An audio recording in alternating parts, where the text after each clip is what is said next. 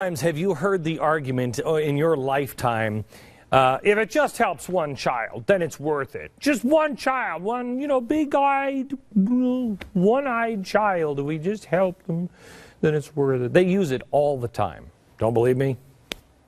If even one child's life can be saved by the actions we take here in Washington, we must take those actions. Just one. This act is about doing what's right for our children. There is nothing Democratic or Republican, liberal or conservative about doing what's best for our kids. Most importantly, for our children. This is our first task, caring for our children. In the end, nothing is more important than the health and well-being of our children. Nothing. Does anybody buy any of this bullcrap from these people anymore? I mean, and I mean that for the right as well. I hear a conservative say, "And we got to do it for the children." Shut up, shut up. We'll just do it for the children. This is so stupid. Even if it just saves one child, let's save the stupidity of that argument for a minute, and let's focus just on the reality, because it isn't about the children. And that's what makes me so angry about it. It isn't about the children. If things with the children were really getting better, well then, maybe. Let me take you to schools here for a second. Do you remember the union thug that was one of the only ones that was willing to admit the truth because he was leaving the union? Watch. Which is why, at least in my opinion, NEA and its affiliates are such effective advocates. Despite what some among us would like to believe, it is not because of our creative ideas. It is not because of the merit of our positions. It is not because we care about children, and it is not because we have a vision of a great public school for every child. NEA and its affiliates are effective advocates because we have power. Wow! Is that amazing? Oh, there goes Glenn Beck again, throwing around basic algebra. Did you hear this guy?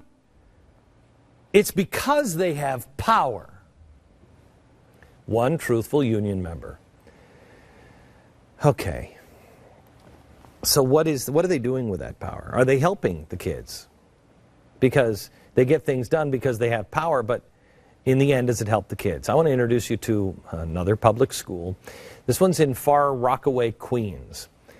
Prepare yourself to be horrified and see something that I think this is what it's like in North Korea. It's a Title I school, which means they get extra federal funding. But nobody seems to know where it's going. And they're wondering because it certainly is not going to the school. They're getting an additional about $2.5 million every year. 234 kids show up to school every day in this building. But there's no art class. There is no gym class. There's no music class. Oh, see what you conservatives are doing? You're cutting the gym, you're cutting the music, you're cutting the art. No. There's also no nurse's office. There are no substitute teachers when a teacher is out. There is no special ed, even though a teacher for special ed is required. There are no books, even for the Common Core curriculum. You're supposed to be teaching Common Core. How are you doing it without books? Now, sure, the art, the gym, all conservatives hate that, but how about math? There's no math program. The kindergarten class sit down in trailers that, quote, reek of animal urine. Rats and squirrels noisily scamper in the walls and ceilings. Well, what is it the kids are doing all day? Because they're not, what are they doing? They don't have math, they don't have gym, they don't have art, they don't have reading, they don't have books. What are they doing? You ready? They're watching movies all day. Lots and lots of movies. Not educational films. Monsters, Inc. was one film that they aired last week for the whole school. You'd ask yourself, who is in charge of this childhood hell? Well, the principal's name is Marcella Sills. She's been the principal there for almost a decade. Predictably, she is rarely showing up for work, and when she does, it's usually after 11 a.m. Oh boy. Are you judging her because she's black? According to the New York Post last week, Sills missed every day except one. And the day she showed up, It wasn't until the kids had already been dismissed for the day. Okay, all right, let's cut her some slack. She was probably sick. No, not really. She didn't appear that way.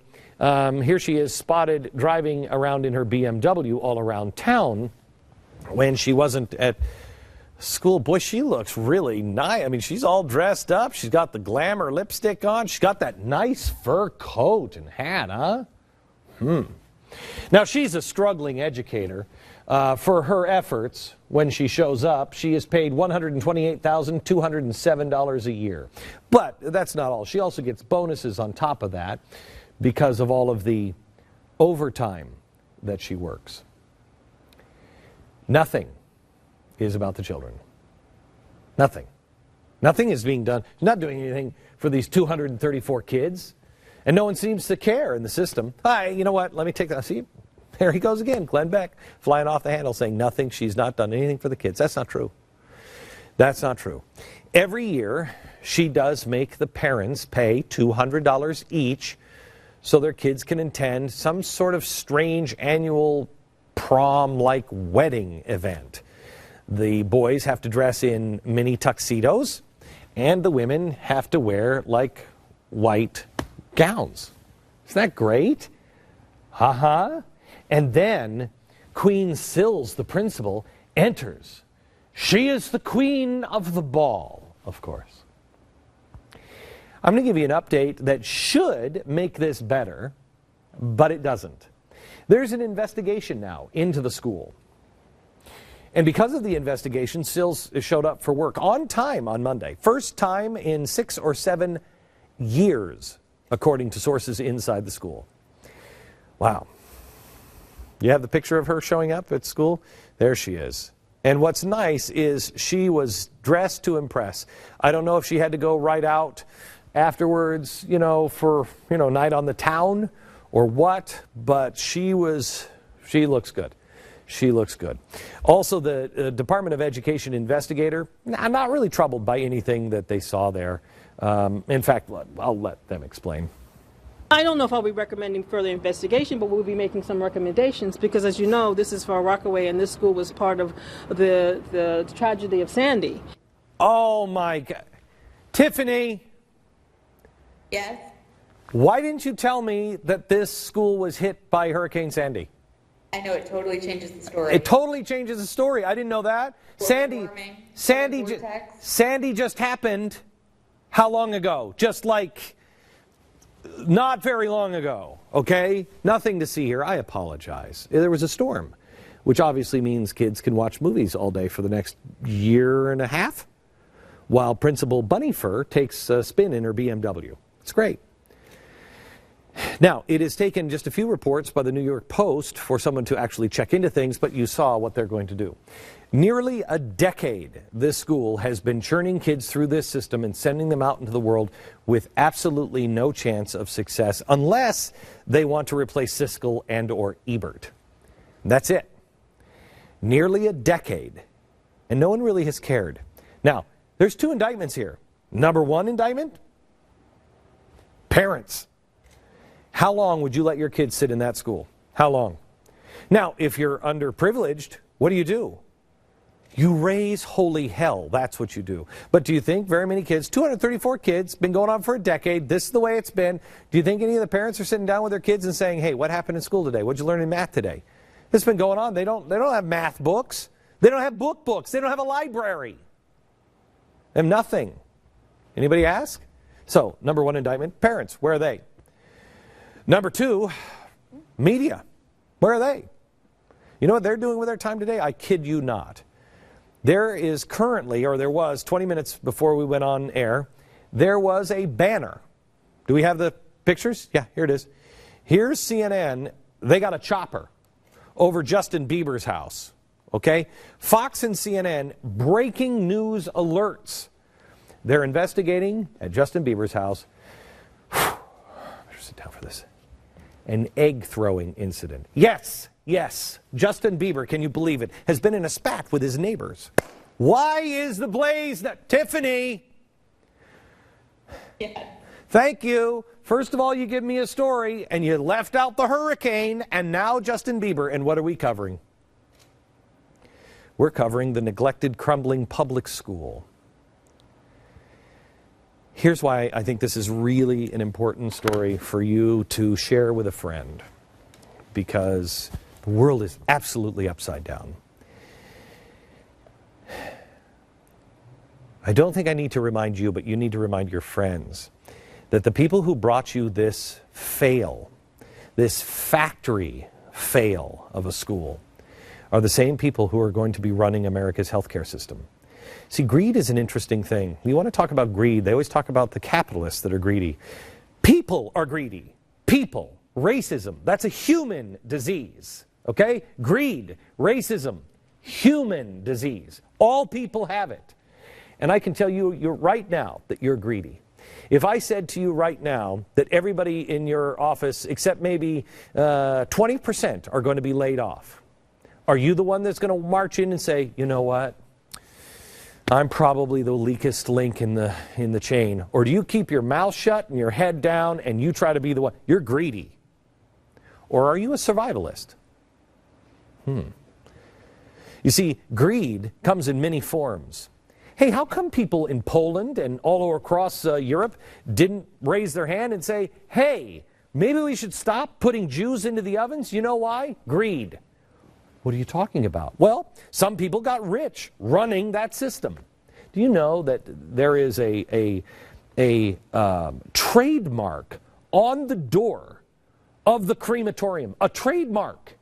Because that company thought they were going to, this is true, they thought they were going to get rich making the crematoriums, because once Nazism hits the whole world, we're going to be burning people in ovens all over the world.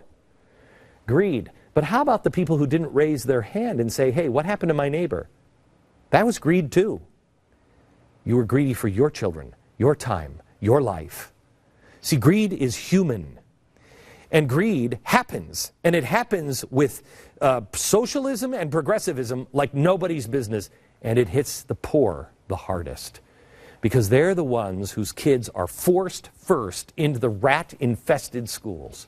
They are the ones who are forced into an awful health care system. You go there as well.